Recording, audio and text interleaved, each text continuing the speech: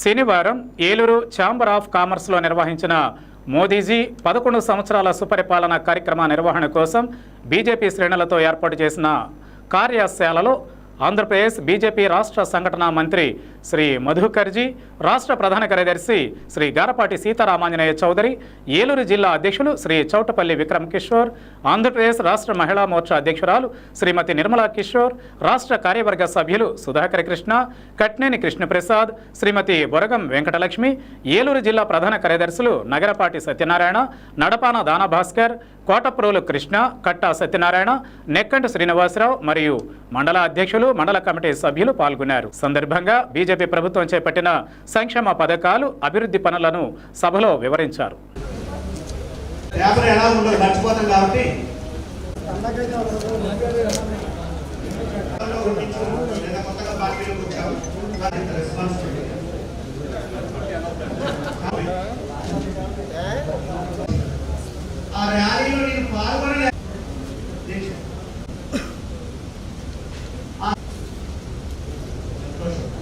మేము TV paper చదువుతాం.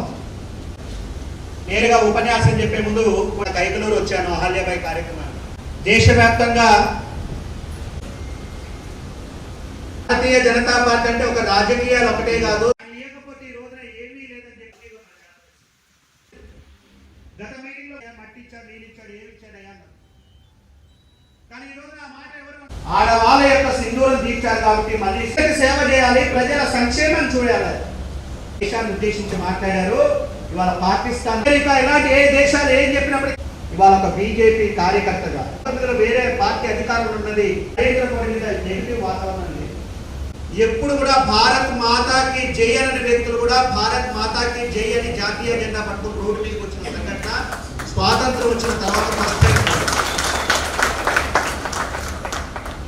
గతంలో మదర్సాల దగ్గర జెండా ఎగేసే వాళ్ళు కాదు, మదర్సాల మీద కూడా జెండా ఎగురుతుంది జాతీయ. అంటే దేశంలో ఒక దేశభక్తి భావన ప్రజల్లో ఏ విధంగా వచ్చిందనేది మన సంఘటన. ప్రజలకి నరేంద్ర మోడీ ఏదైనా చేయగలుగుతాడో, ఈసారి పాకిస్తాన్ యొక్క అంతు చూస్తారని ప్రజల్లో అందరికీ పబ్లిక్ లో చర్చ జరిగింది. 26 మంది అమాయకులు చనిపోయారు. మనందరం కూడా టీవీలో పేపర్లో చూసాం. అందులో మన ఆంధ్రప్రదేశ్ నుంచి 2 ఉన్నారు. ఒకటి తీవ్రవాదులు చంపిన 2 ఉన్నారు. సైన్యంలో యుద్ధం చేస్తూ ఒకతను చనిపోయిన వ్యక్తి ఉన్నారు. 3 ఉన్నారు మన రాష్ట్రం. బ్రిటిష్ వాళ్ళు ఎప్పుడో కడదాం అనుకున్నారు. వారు కూడా చేయలేని పనిని వాళ్ళ నరేంద్ర మోడీ నేతృత్వంలో జమ్మూ కాశ్మీర్ ముఖ్యమంత్రి చెప్పాడు. నేను 8వ తరగతి చదివేటప్పుడు ఆ రోజున అటల్ బిహారీ వాజ్పేయి గారు దానికి పునాది ముందుకు వచ్చారు. మళ్ళీ వాళ్ళ మోడీ గారి నేతృత్వంలో వాళ్ళ కాశ్మీర్ లో ఏ టన్నల్ చూడండి, పెద్ద పెద్ద కొండల్ని తొలిచేసి ఈ రోజున పెద్ద పెద్ద రోడ్లు వేసింది. అలాంటి జమ్మూ కాశ్మీర్ లో కాశ్మీర్ కి టూరిజం పెరుగుతుంది. టూరిజం పెరిగినట్లయితే కాశ్మీర్ లో ఉండేది 99% ముస్లింసే. వాళ్ళు ఆర్థికంగా బలోపేతమైనట్లయితే తీవ్రవాదం వైపు రాదని చెప్పేసి అక్కడ టూరిజం జరగకూడదు వాళ్ళ కాన్సెప్ట్. అందుకు అమాయకమైన హిందువులను చంపేసి అందరూ అనుకున్నారు దేశంలో మోడీ గారు కాశ్మీర్ మీద యుద్ధం చేశారు, మన పాకిస్తాన్ మీద యుద్ధం చేస్తాం. కానీ 14 రోజుల తర్వాత పాకిస్తాన్ మన వాళ్ళని చంపేసింది, మనం వెళ్ళి చంపేస్తాము, కానీ దానికి అంతం లేదు. కాబట్టి ఆ తీవ్రవాదానికి మూలాలు ఎక్కడ ఉన్నాయో దాన్ని తెలుసుకొని దాన్ని దెబ్బకొట్టినట్లయితే పాకిస్తాన్ మళ్ళీ కోలుకోకూడదు అనుకున్నాము.